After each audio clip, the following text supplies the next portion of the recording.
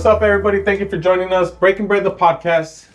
Today is episode 4. It's an amazing episode with the help of my co-host, Chef Jay-Z. No, she's doing it all. Thank you again for joining us. And a pleasure.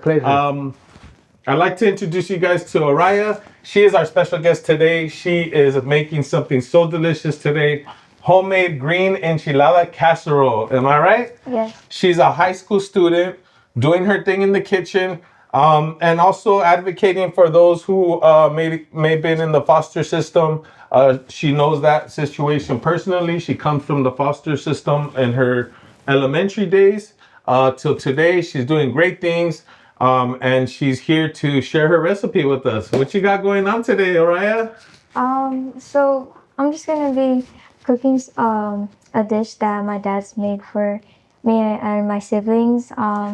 We really love it. You know, it's been with us since we were younger. Okay. So I'm gonna be cooking it today. Well, thank you again, Ariah, for coming today. You know, I really appreciate you coming, not only to create something so delicious for us, but also to kind of give your message out there and tell your story. That way you can maybe motivate others that are maybe going through some rough times or going through some hard patches in life, and they don't really know how to deal with that. So, you know what? Let me rewind a little bit. How old were you when you started working in the kitchen? When you started creating stuff? I was about probably 5. Okay. 5 years old in the kitchen? Wow, that's Well, awesome. in the kitchen I was 3. Really? Yeah. And Yeah. when you were 3 years old, like who was in the kitchen where you were watching, like, you know what, I want to get in there? Like who was the main ones that were showing you the ropes back It then? was my dad. Really? Yeah. Okay, so your dad, shout outs to Pops. Yeah. We like to give shout outs to our parents because you know what, without them we wouldn't be here. Let me ask you a question real quick, Ariah. I had similar passion for food at a very young age. I was really young, maybe 4 years old, and I knew Wow. that was my passion at that time. Did you feel the same way? At that time, I found it as a fun hobby to do. Okay. But it didn't get really into emotion wise. Like I figured out that it helps emotion wise. Did it like take you away, like a type of therapy for you? Yes, it did. Okay. Once I got older and understood more of emotions and how things are going, that was something that I would do in the kitchen, and I noticed. That's right. I noticed it would get my mind off of hard things. awesome. Let me ask you this, Ariah. So you're talking about how before when you were 3, you probably liked the excitement in the kitchen, and then you started evolving as a young lady and you started learning about emotions. I heard you say that. So my question to you is, when do you remember the age that you started really kind of thinking about more emotions than just being in the kitchen? Like how old were you then? I think I was about either 10 or 11. Okay.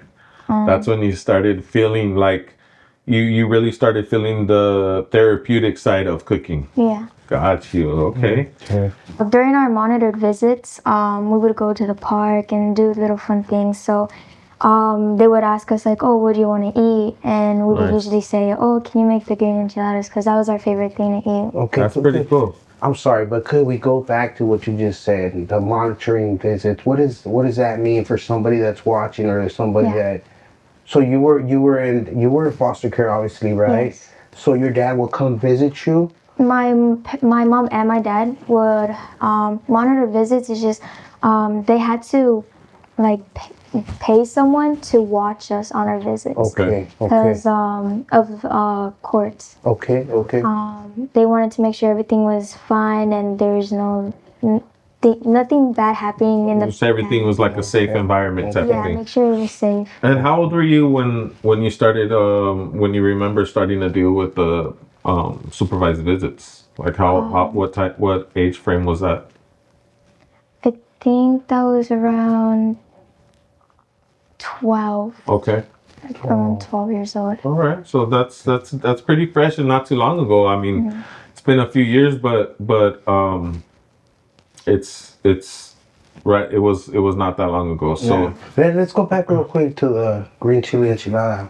I keep staring at it. So I'm you like, were dang, it's gonna be okay. good. So you would get visits from mom and dad, and you would be like, "Oh, I'm requesting. Could you guys bring me the green chili enchilada?" Yes. That's pretty cool. And is that because he made that when you were younger, or how did that? Why was that your special dish, or why was that your favorite dish? Cause yeah, he would make it when we were younger, and then we hadn't had it in a while since Was it like your little number one request? yeah. Nice. So he brought it back and cooked it for us, and then ever since then, like here and there, we would ask for it. You know what? Let's cut the chase and let's get dirty in the kitchen and whip something up. All right. I want you to show us how the process is, and for those that don't know how to make green chicken enchilada casserole, they're about to find out, and they're gonna know from Chef Ariah. Let's do it. Let's do it. Yeah.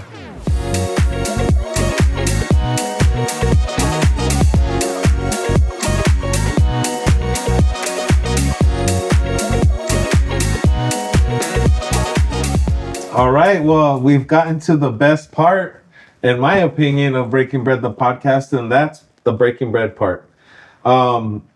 Ariah, I'm so excited because this looks so amazing, and I'm excited to eat it. But first, walk us through what you made right here. Walk us through what you created. Well, I created the chicken enchilada casserole. Okay. We topped it off with the cilantro and sour cream. All right.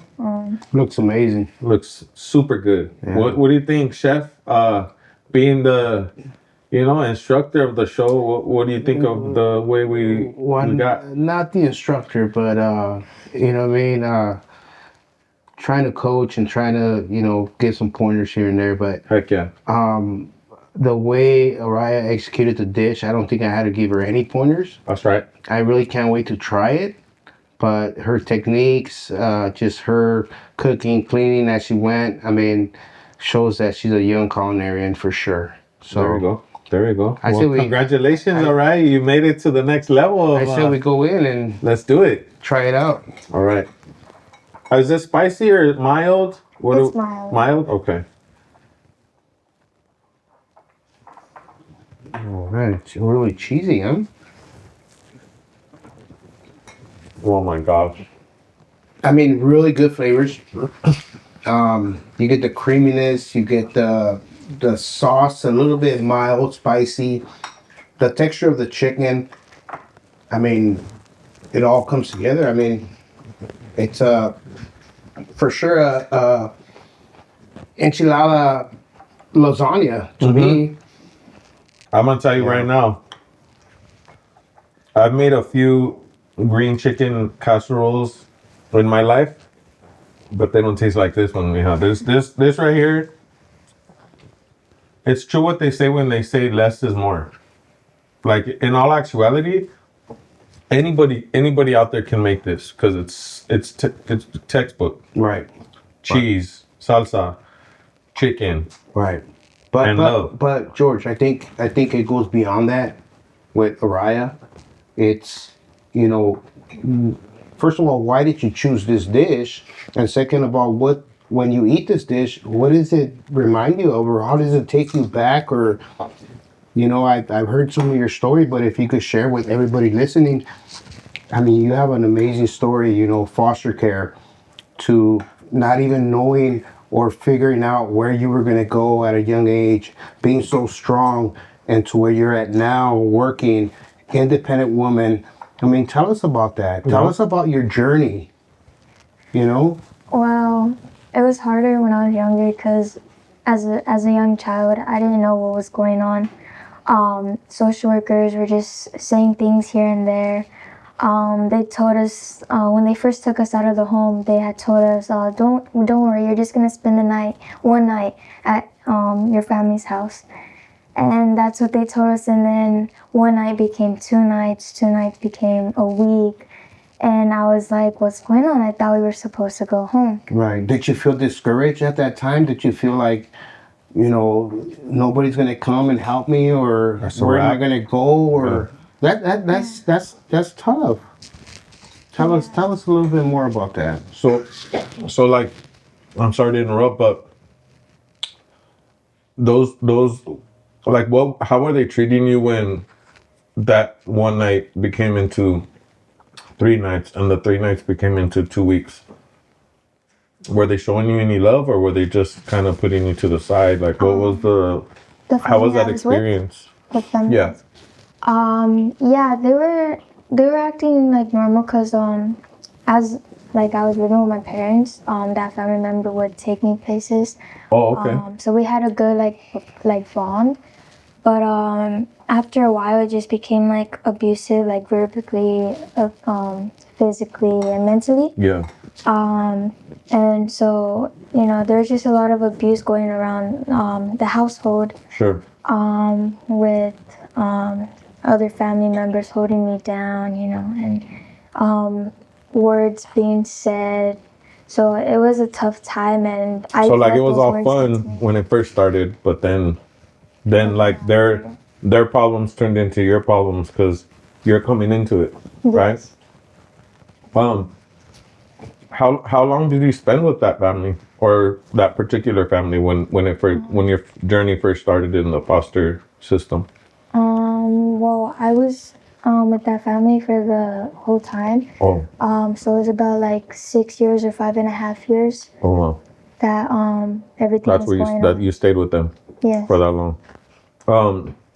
Did you have like foster brothers and sisters that were there like from their family, or you guys were just the parents and you guys? Yeah, it was just their older son and daughter. Oh, okay. And were they mean to you? Yeah, they started um well my cousin, yeah, there was this time where I was on the bed, I mean on the couch, and he was already in one of his moods because he would do drugs too. Oh, he was being a jerk. Yeah, so there's this one day where I was just trying to be like, I'm still a kid, so I was just trying to be funny and Yeah. stuff. I'd play around with him. But then he just got annoyed, and he just had me on the couch, and he had to put a pillow over my face. And he was just kind of holding me down, and I was trying to get up. And Man, that's you know what? I applaud you for telling your story and sharing with us, where you came from because I know that's not easy, and I now I know why the food is so flavorful because you put your all into it. You put your heart into it, and I could hear your heart coming out while you're telling me about your story and I commend you for that. Thank thank you. you. Yeah. Did you feel like the therapeutic side of cooking at that age when you were cooking? Like, I did. yeah? Yeah. Did it help you get through maybe some times that you were going through? It did, honestly, because a lot of the times I would just be in my room, like not knowing what to do, uh, due to the fact that like she did keep us kind of locked up. Yeah. Real strict, kind of like Yeah. lockdown. And so that was something that I was using to Yeah. escape from all the thoughts that I was going through. Right on. And then you're like, hey, by the way, can I help you in the kitchen? Because it's going to help me too, Yeah. type of thing. Yeah. That's cool, mija. All right, you have an amazing story, and honestly, I'm touched with what you've shared with us and your passion for the culinary industry and what you're doing and what you're gonna do in the future. But what I want to know, and maybe if anybody listening, maybe a young girl going through stuff, or even a young boy, how did you get through what you were going through, being in a foster home? What made you just keep pushing and keep pushing and keep pushing and not give up? I think that's what the message we want to send to anybody that's either going through it. What kept you motivated to keep going and inspired you to be where you're at now? I can say it was honestly hard, because everybody goes through their own things. They have people that support them, people that don't support them. A lot of people out there don't have supporting family members. Yeah. Right. But I did have support from my parents. They're a big believer in God. Going through what we went through, it helped us get closer to God. I want to thank God for that. And Shout outs to God for that. yes, Thank and you. just my parents tell me, have faith in God, have faith in God. That's right. So I would always pray to God, and He would send me little like things would happen in my like Messages, day little signs. that Yeah. that wouldn't even happen like in a normal daily. Like it was just like something that wouldn't happen. Something that would make you think like, thank you, Like, God. yeah. I know that was from you. Yeah. That's beautiful. And so then I started believing Him more, praying to Him more, and that's what helped me. And then I started to just see things in different perspectives Yeah. on my own. Cause like I did have that, like I was depressed at a time. So I just saw things in different perspectives. And it's hard to do that when you're depressed and feeling low at that time. Sure. But I just said like, no, I gotta fight, and I just thought of different ways that I like doing or I can pick up doing. Different hustles, different things to keep your mind busy. Yeah, so I got into doing acrylic nails, skating. Good for you. Just watching videos. I'm a huge believer in downtime being very detrimental to your well-being, right? So like I get what you're saying, and I'm proud of you for realizing your outlet, right? Because that's the biggest problem today is a lot of times we don't know our outlet. So we kind of just lean towards whatever comes our way, which can be bad or good, right? And so because you chose the culinary outlet, right, to cook and use that as a tool to feel better and to get through bad times, what do you do today to get you through? Because I hear you're busy. I hear you're very busy. And you're reunited with your parents now? Yes. And how long ago did you get reunited with your parents? And what helped you guys get reunited? We've been with my parents for about almost 5 years already. Nice. Something that helped us is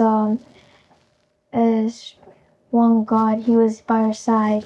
Okay. Like I said, He was by our side the whole time, and He opened doors for my parents. He opened a door where they had connections, like they met people that knew about government issues and stuff. Different like programs, court issues. different like forums and stuff Yes. like that. Is there something that you remember that really helped in a big way to solidify the relationship with your parents again? Is there like a program that you want to share, or is there like some type of filing that maybe somebody doesn't know about? You know what I'm saying? There is this form called 388. Okay. I'm not too sure exactly how to explain it or Sure. what it does, but I know that if you're going through like needing to go back to court and you want to actually still fight and stuff, you can use that form to basically fight your way into back Like into open court. up the case again Open up and the get case it again. going. So that's, you said form 388? 388. 388. Okay. Chef. I just again I just we could end it with this, but I just want to say that Ariah, you have an amazing story. Just for you to overcome everything that you've been through to where you're at now. I mean, it takes a very strong woman, young woman. But if I could give you any advice and you want to continue to pursue the culinary industry, maybe take a junior class at the junior college and learn a little bit about the soups and the sauces.